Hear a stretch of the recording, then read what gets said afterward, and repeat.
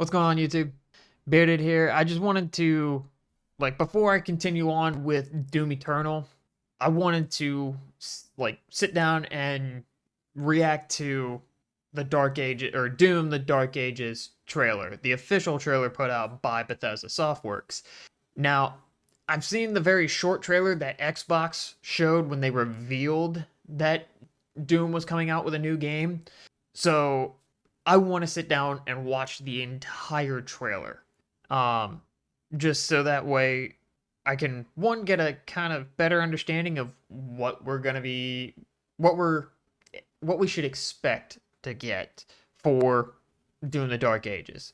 Now, unfortunately, of course, yes, we have to wait several more months at least. We don't know the exact release date of Doom the Dark Ages,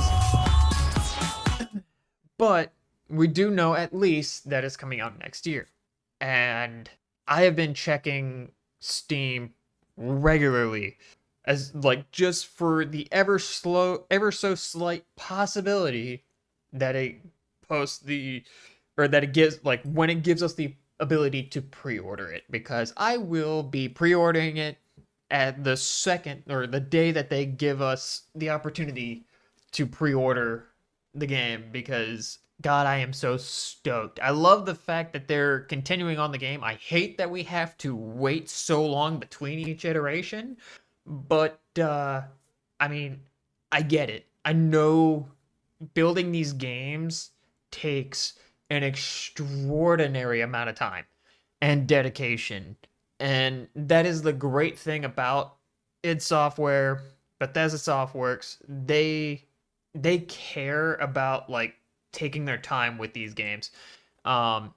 It's granted, yes. Are there glitches? Are there bugs in these games? Of course there are. There's gonna be bugs in any game that's put out.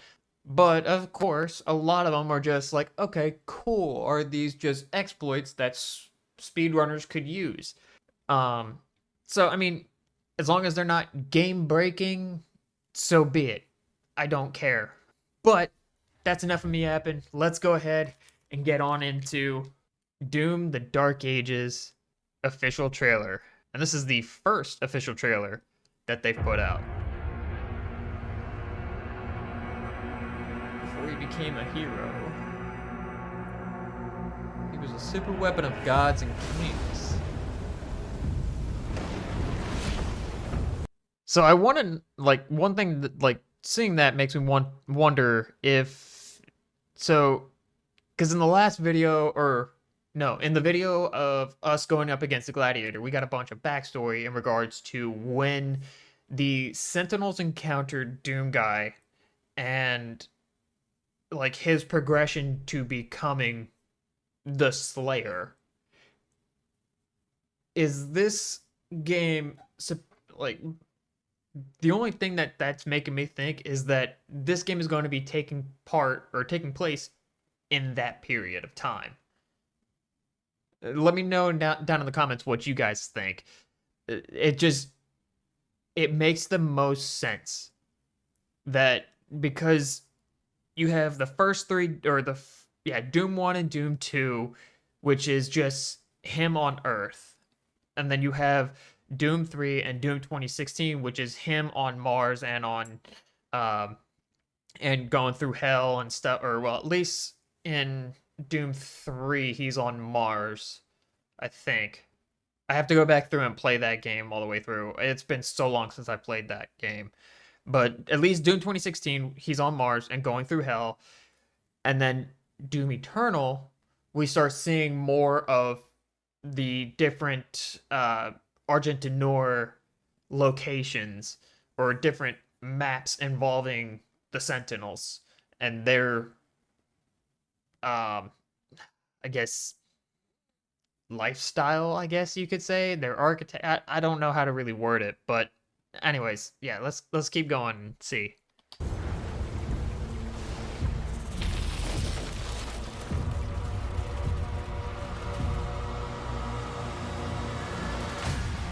This right here looks like Maker Design.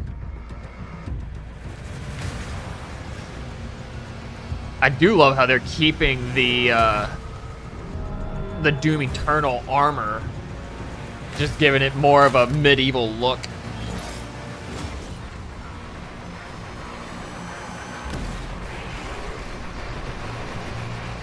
God.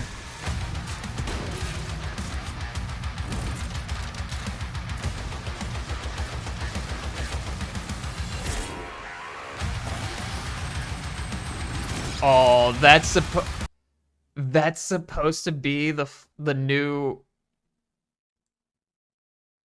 That's supposed to be the new Revenant or Doot Demon. Oh, that is so dope. I want to actually backtrack real quick. That is fucking badass. So it looks like they pretty much took Doom 2016 and Eternal's mask or the helmet and just combined the two as far as their designs. That is so cool. Let's get a full screen of that. Oh no, go back, go back.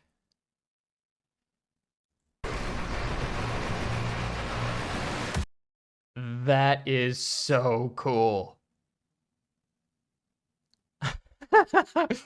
You know, when Doom Eternal came out and I saw how they made him look, I was like, oh, Doomslayer's, there's no way there's no way they're gonna top this armor. And here, we'll go ahead and just remove me from that and give you guys a full picture of it because yeah, that is dope. Absolutely dope.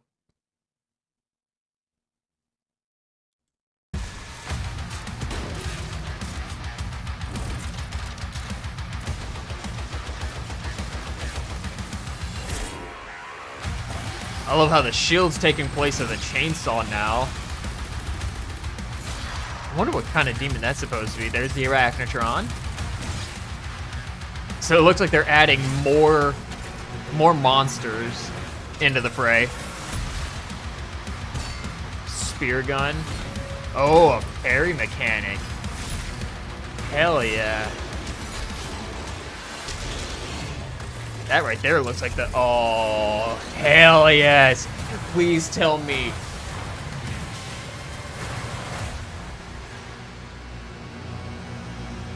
Okay. Oh, that is bad. That is... Oh, my God.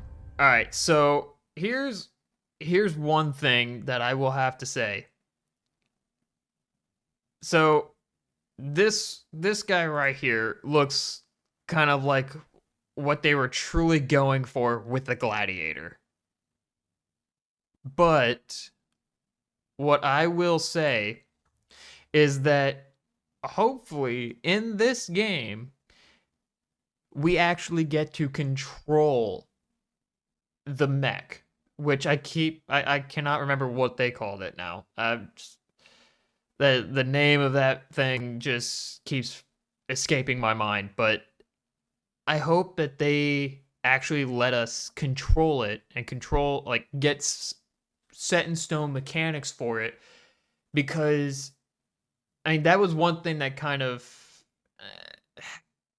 it that was one thing that kind of upset me with Eternal. Like whenever you had the BFG 10,000 cannon and you're shooting a hole on the surface of Mars, as well as the two turrets outside of Samuel Hayden's lab. As soon as you get to those two turrets and you get up there, you're not in control whatsoever. So it kind of takes the player, like takes the immersion away, takes the player away from the game and just says, okay, the game's going to control it. And then same thing happens with the BFG 10,000. Player has no control, takes the immersion away and stuff like that. I hope that they don't do that with the mech, because I mean, let's face it. That thing is just so badass. And it's clear that dragon's gonna be a bundle of new mechanics as well. and to be able to shoot fire down the throat of, I forget the, oh, what do they call that? I forget what they call that demon. The the Titan. Oh my god. Yeah, that I am so stoked for doing the Dark Ages. I hope you guys are too, because I know one thing's for certain. Yeah, I'm going to be nerding the hell out with that game. That is going to be so much fun. Um, and that's just the trailer song extended. Or that's a cover. One thing, oh, that brings another thing up for me. I hope that id Software and Bethesda make amends with Mick Gordon. Because, I mean, let's face it, Mick Gordon makes some of the best music for Doom. I mean, you've got 2016's soundtrack, and then you've got a good chunk of Eternal's soundtrack that is all Mick Gordon.